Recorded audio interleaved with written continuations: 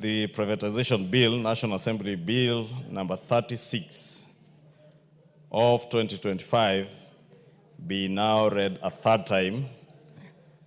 And I also request the Honorable Naomi Wako to second. But before she seconds, Honorable Speaker, allow me to thank members who burnt not the midnight oil, but at least up to 9 p.m. last evening to finalize conclusion of this very important bill.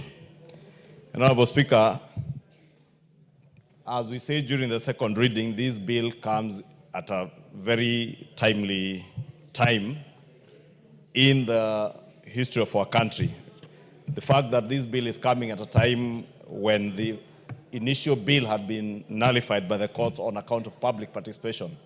This bill went through immense public participation by the Committee on Public Debt and the Committee on Finance and National Planning, Honorable Speaker. And besides the public participation, Honorable Speaker, I'm speaking about public participation because I've had people say that state investments or state corporations are being sold without public participation.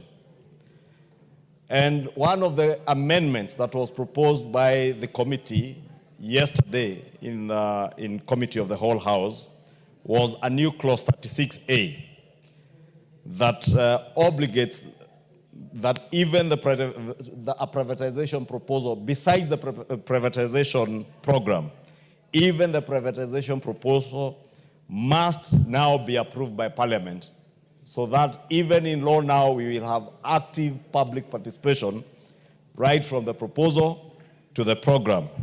A new clause 76 that also amended the Public Finance Management Act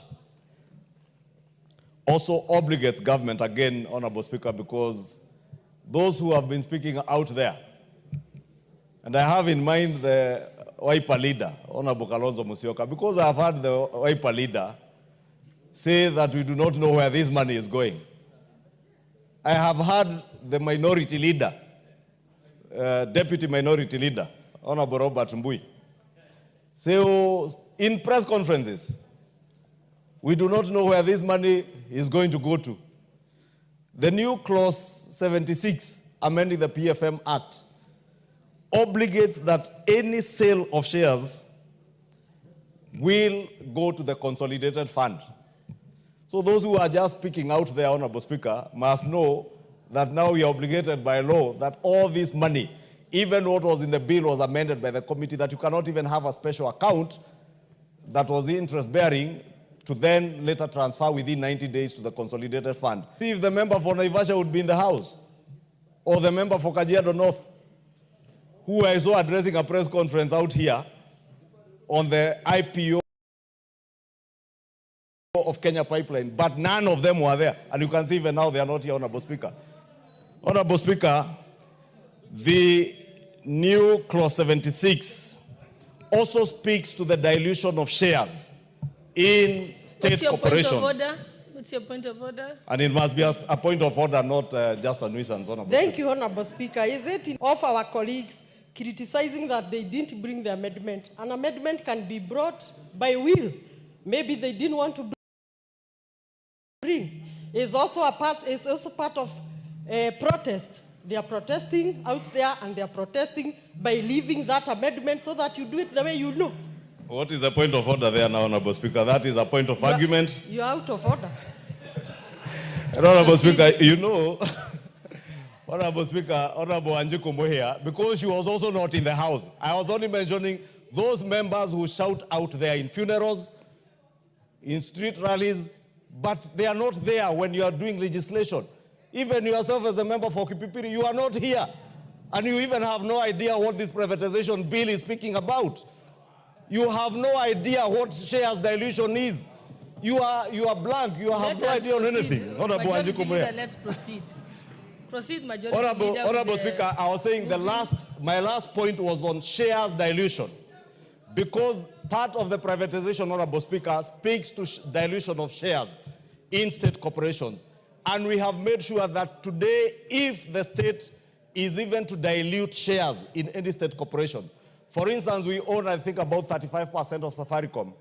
If the state wants to What's your dilute that point of order shareholding from again, 35% Muhia? to 25%, Honorable Speaker, that now we Madam also Speaker, obligate the House is it in to order make for sure. majority leader to say member for Kipipiri was not there while I was seated right there and I even received the response for my statement on the roads? Is it in order for this leadership to be speaking of certain members of my group that they are not in the House to try to tell their constituencies that the members are not the House? I'm in the House now.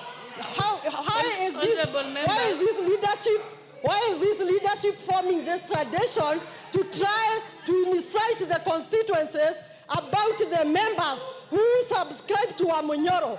It is one term. Honorable Muhia, you have made your point. I think proceed to Honorable move. Speaker, Honorable Let us Speaker. restrain ourselves to the moving of the... Honorable Speaker, I was saying if you are to dilute shares, and I want Honorable Wanjiku Muhia to listen to me. If you are to dilute shares, dilution is reducing in layman's language. If you are to reduce the shareholding of Safaricom today from 35% to 25%, we have now obligated with an amendment in a new clause 76, an amendment to the PFM Act, that even that dilution in a state-linked corporation, because some are quasi-private, but the state has a link because the state holds shares. If you are to do that, Parliament must also now approve. That tells you that for any sale of any government investment, you cannot do it without the express approval of the National Assembly on behalf of the people of Kenya. That is part of the public participation, Honorable Speaker, that we are obligated, because when you involve the National Assembly, we are again obligated by the Constitution to make sure that in any of the processes that we do, we involve the public, and therefore public participation will be integral in the dilution, in the sale of any state investments, Honorable Speaker. And with that, I beg to move, Honorable Speaker, that we do read this privatization bill for a third time and request Honorable Naomi Wako, who was with me here up to 9 p.m. And I have no apologies, Honorable Speaker, when I say that members are not in the House. Honorable Wanjiku Muhia was not here. Honorable Kibagendi was not here. The member for Kajiado was not here. Robert Mbui was not here. They are not all here. Even that rudderless, clueless, visionless group, none of them were here. Thank you, Honorable Speaker.